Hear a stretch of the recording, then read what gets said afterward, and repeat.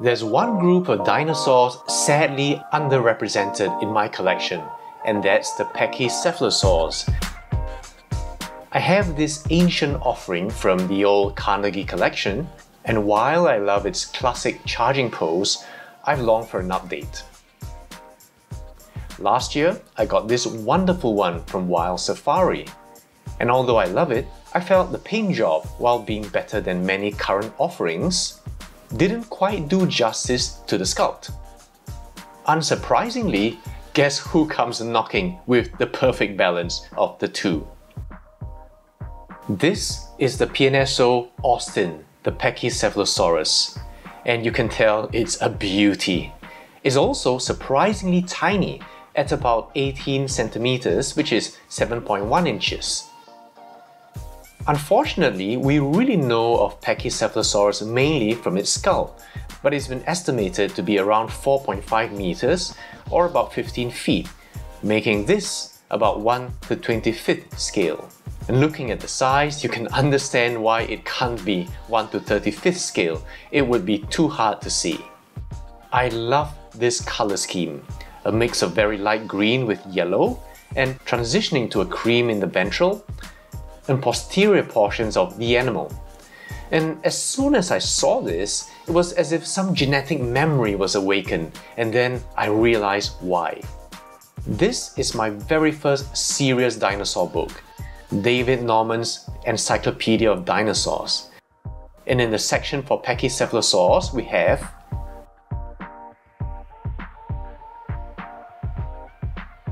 this. So this model has a very nostalgic meaning for me.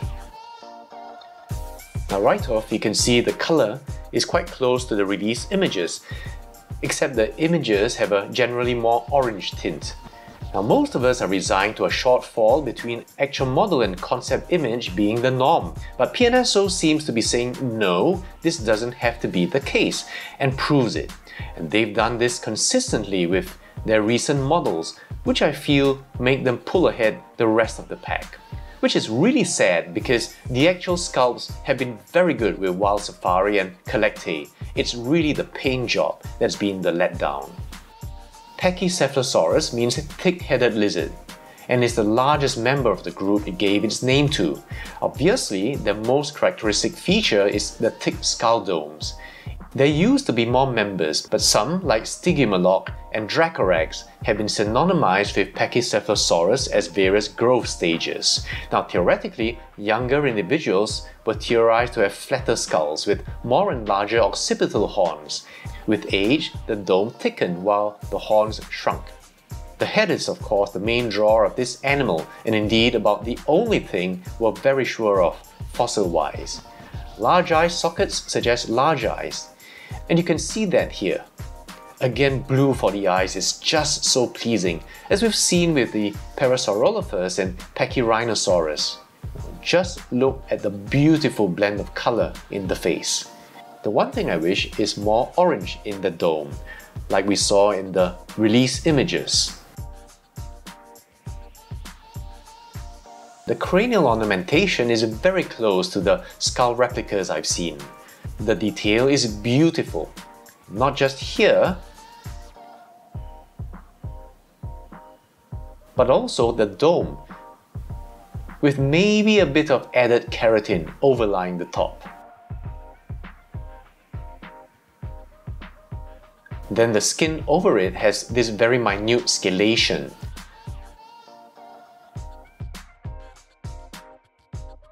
This detail is seen in the face, towards the snout. Over the nasal nodes, which incidentally is a feature consistent in all life stages, from adult to younger adult to the youngest Dracorax stage, as we see in the Horner and Goodwin 2009 paper. And from here, you can see just how accurately proportioned the top is. The mandible keratinization here is consistent with various skulls I've seen. And this really is quite an ornamented dinosaur. By the way, Pachycephalosaurus has been found with serrated incisors, suggesting it might have eaten meat on occasion. In other words, an omnivorous dinosaur, which isn't surprising, considering deer, cows and duiker sometimes eat meat too. What were these skulls used for?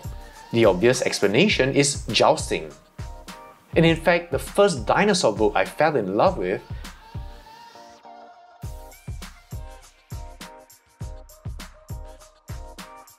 has this indelible image which stuck in my mind for years.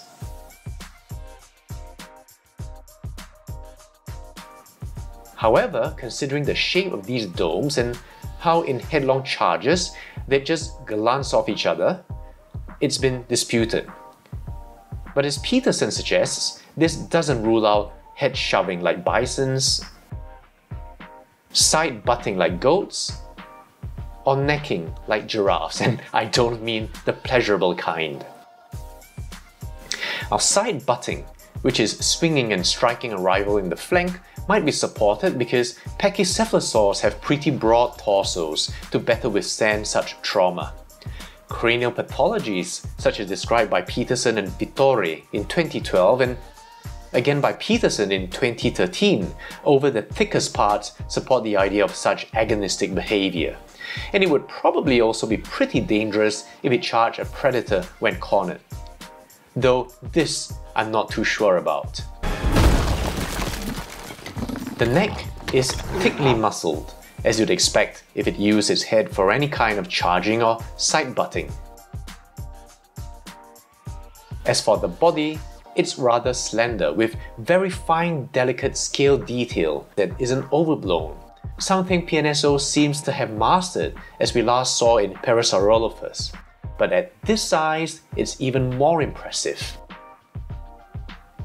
And notice the scutes that line the torso so unobtrusively as it should be.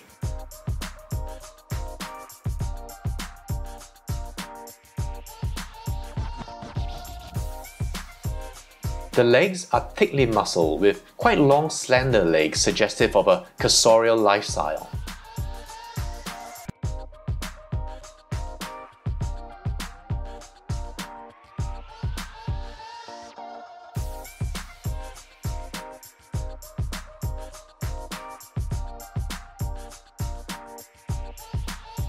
The forelimbs are very small in proportion, though not T-Rex tiny or Carnotaurus vestigial.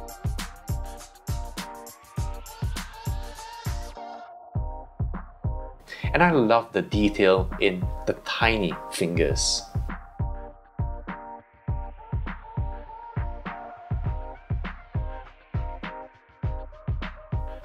The tail is very long and, according to a source of mine, based on homalocephaly.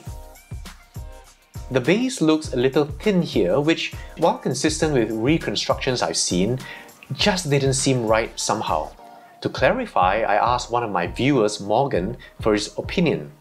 Morgan is a medical illustrator and dinosaur enthusiast with a deep understanding of anatomy and anatomical reconstruction. I thought it would be interesting to share with you how a professional thinks about these things. Now, I preface this by saying if anything is unclear, the fault is probably my own for misinterpreting something he might have said. Referencing the Rocky Mountain Dinosaurs Research Center skeleton, Morgan notes the following. First, the caudal chevrons are longer than the neural spines, so the ventral portion below the lateral midline should be longer than the dorsal part above it. Second, he considers the size of the vertebrae, the total height from neural tip to chevron tip, and compares that in proportion to the hip. Finally, he moves the leg forward to the same position as the PNSO model to show where he thinks the ischium would be. And over this, in blue, he then overlays the soft tissue bulk. Finally, he modifies the PNSO Pachycephalosaurus with his new outline, arriving at this. Incidentally, Morgan also feels that given the oft-stated feature of Pachycephalosaurs having a bulkier torso, which would have been useful to buffer against side butting, a big gut and wide hips, the PNSO may be too svelte. And here's his suggestion. One thing that's been really rewarding to me doing this channel is meeting people who know a lot more than me and generously share their knowledge. It's a wonderful example of the internet, YouTube and the comment section as a force of good instead of rottenness. As with other PNSO bipeds, this model is capable of standing on its own 2 feet. However, I strongly suggest you use the supplied stand because these models are notorious for warping very quickly. Something I didn't mention in my Parasaurolophus review because I wasn't sure if it was just a one-off is a change they've made to their pamphlets. Now first, they've included a poster of the dinosaur itself, which is good. But that means that the synopsis is all crammed into one page, making it very hard to read. To a lot of people, this wouldn't be important, but I like it, and let's not forget, this is for kids, and I always like the messaging that PNSO includes, which is very suitable for children. And second, the paper quality has become much lighter and cheaper compared to the obviously higher grade stock used before, so that's a little disappointing. Now, Pachycephalosaurs were pretty closely related to ceratopsians, and together they form Marginocephalia. So, some size comparisons to the other Pachycephalosauruses.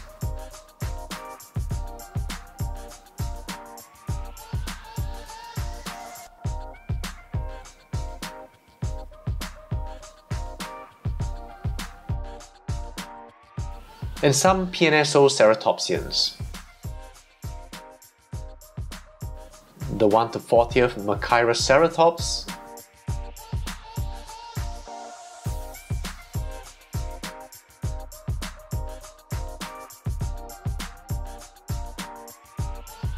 the 1 to 37th scale Sinoceratops,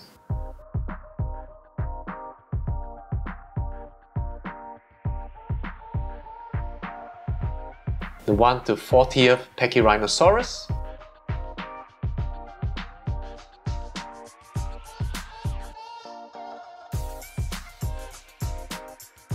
and this Calectae-Psittacosaurus.